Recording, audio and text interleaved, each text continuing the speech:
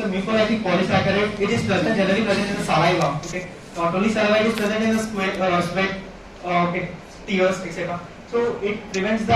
It is bactericidal. Basically, it is antibacterial. It just kills the bacteria. And the next one is the basic polypeptides.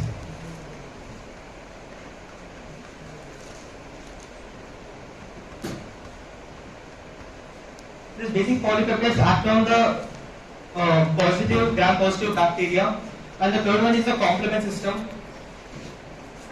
So complement system is made up of different types of proteins, 20 types of proteins, and these act on these modify themselves and act on different types of pathogens, bacteria, etc., etc. So which a separate, separate session is there for this, now in a few minutes. And then the fourth one is the natural killer cells, lymphocytes, etc., etc.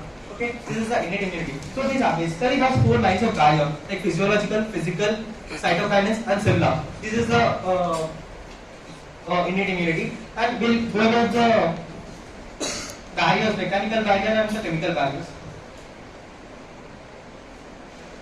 So for mechanical barriers, I have made a mnemonic. This is SMS and MU, Mahindra University, and HTC company. So when we talk about this in detail, so S stands for skin and epidermis. Skin is a major physical barrier, okay, which prevents the entry of microorganisms or the microbes, okay, and it becomes victim for the pathogens only in case of a skin cuts or burns, etc., etc. And then comes the M. M is for the mucus. So this mucus is generally secreted by the mucosal epithelium. It traps the microorganisms in specific areas like urinogenital tract, respiratory tract, and then the this S stands for saliva. So when we spit saliva from our mouth, it just washes the microbes which are present in the oral cavity, cleaning the tongue and teeth. In this way, the saliva acts as a barrier. And again, M stands for the mucous membrane. So this mucous membrane mechanically traps the microorganisms and also secretes some chemicals which in turn kills these microbes and bacteria. And this U is urine, and this urine also washes away all the microbes from the urinary tract. And this H is for the hairs. Generally, hairs are seen in the body in those openings were for like exit and entries. So for example, the openings of body are nostrils, eyes, ears, anus, urethra, vagina, etc., etc. All these places, these hairs act as a filters, or they just stop entry of these microbes or the pathogens. And then this T is for the tears. Tears are generally secreted by the lacrimal apparatus. They generally dilute the chemicals secreted by the microorganisms. And finally, the C is for the cilia. Everyone are familiar with the functions of cilia. This generally filter the microorganisms. And that's it.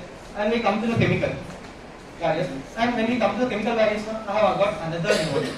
A, B, C, I. Okay, what do you remember when you see this mnemonic? Do you get anything? I got a song. A వచ్చి B పరివాలే C వచ్చి A పరివాలిందే. So, okay, when we talk about A is the acidic pH of the skin. In this acidic pH, what does it do is that actually it prevents the growth of microorganisms, but it generally doesn't provide a suitable environment for the microorganisms to grow. And then the B is for the bactericidal secretions of the sebum, which are produced by the sebaceous glands. Sebaceous glands are found in thin skin, okay? And that is my Viva question. And then this bactericidal are generally nothing but the unsaturated fatty acids, which are present in the sebum. And these are also preventing the growth of microorganisms, etc. And this is chemicals that are generally secreted in the body. For example, we have discussed lysozyme. Example, lysozyme. They are secreted by the tears, saliva, and the sweat. These prevent the growth of microorganisms again. And this A is for the acidic pH of stomach and the vagina. So usually when we take food, we don't really take the food. We generally consume the microbes along with the food. So further, when we take the food inside, so the acidic secretions of the gastrointestinal tract or the stomach wall, they generally kill those microorganisms because of that acidic pH. And generally the lower pH or the acidic pH of vagina prevents the growth of microorganisms. Okay, that's the acidic. And then this C is for the complement system, which we have discussed here, and this is for the interferons. Interferons are generally like these are the virus affected cells these are produced by the virus affected cells, and they generally what we do is they generally prevent the other cells from attacking the virus, from the virus attacks. So this is the innate immunity, and the innate immunity is responsible for us humans to suffer from those diseases which are generally animal diseases. Such as example, we take cattle plague, hog cholera, and distemper. And similarly, conversely, this innate immunity is only the responsible thing in the animals for them suffering from the animals. For example, measles, mumps, syphilis, etc. So this is innate immunity, and then comes the acquired immunity. So what acquired immunity actually means? The word itself is acquired. They are acquiring something from someone. Okay, we'll take example of Harry Potter. Okay, Expecto Patronum. So this Harry Potter movie, Harry Potter have all his powers from his parents. Okay, I mean magical powers from his parents. He acquired those powers. Similarly, our Shiva, Brahmastra, our Ranbir Kapoor. Okay, even he acquired those Agniastra from his parents. Okay, is it? Yeah. Okay, guys, we'll shift to a topic.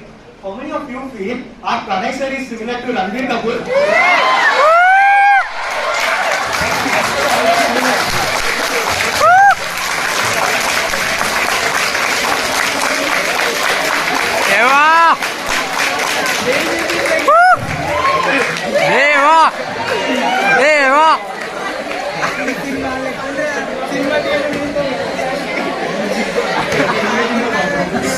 Cinematography by Deva. So, similarly, they are acquiring these traits from someone. So here, acquiring immunity basically means they are acquiring these things from the microorganisms. Basically, here the defense mechanism in two steps. Here, a hero generally attacks the villain in two steps. In first place, he just recognizes them. And in the second phase, he attacks or plans an attack.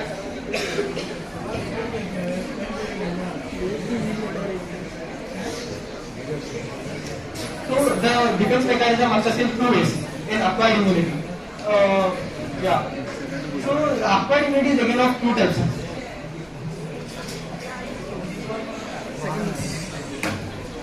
So C.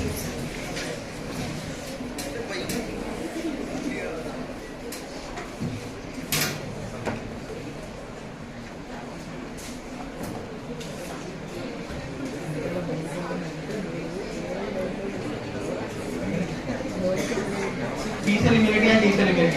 Generally, the B-cell immunity is also called as humoral immunity. In this case, now, so the body generally produces the circulating antibodies inside them. The circulating antibodies are nothing but the proteins, generally the globulin molecules. So these attack those foreigners or those substances which generally invade the body or the organisms. That is the B-cell immunity or the humoral immunity. And the T-cell immunity is cell-mediated immunity, is also called as cell-mediated immunity. So this cell-mediated immunity is nothing but it produces or it generally creates the specialized T lymphocytes in the lymph nodes, and these specialized T lymphocytes or activated T lymphocytes, they generally start attacking the foreign substances or the microorganisms or the pathogens. That's it with this acquired immunity also. Thank you. And next class we will have